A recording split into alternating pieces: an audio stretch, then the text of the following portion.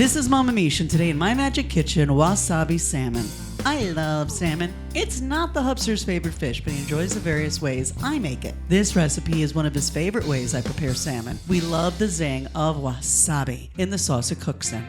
Wasabi. Fun to say and a tasty way to clear your sinuses. When I lived in Nashville and my friend Joe would visit on business, we always went out for sushi and sake. The first time I took him to my favorite place for sushi, there was a big blob of wasabi in one of our rolls. And when it hit, our eyes teared, and the way he said the word wasabi through tears made us both laugh. And to this day, it still makes me smile to say wasabi. This recipe will make you smile. Mama Miche makes your kitchen magic.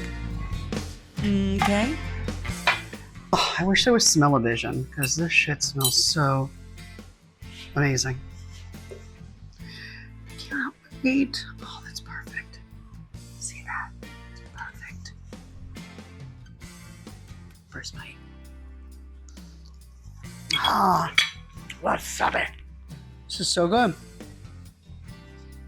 Let's eat.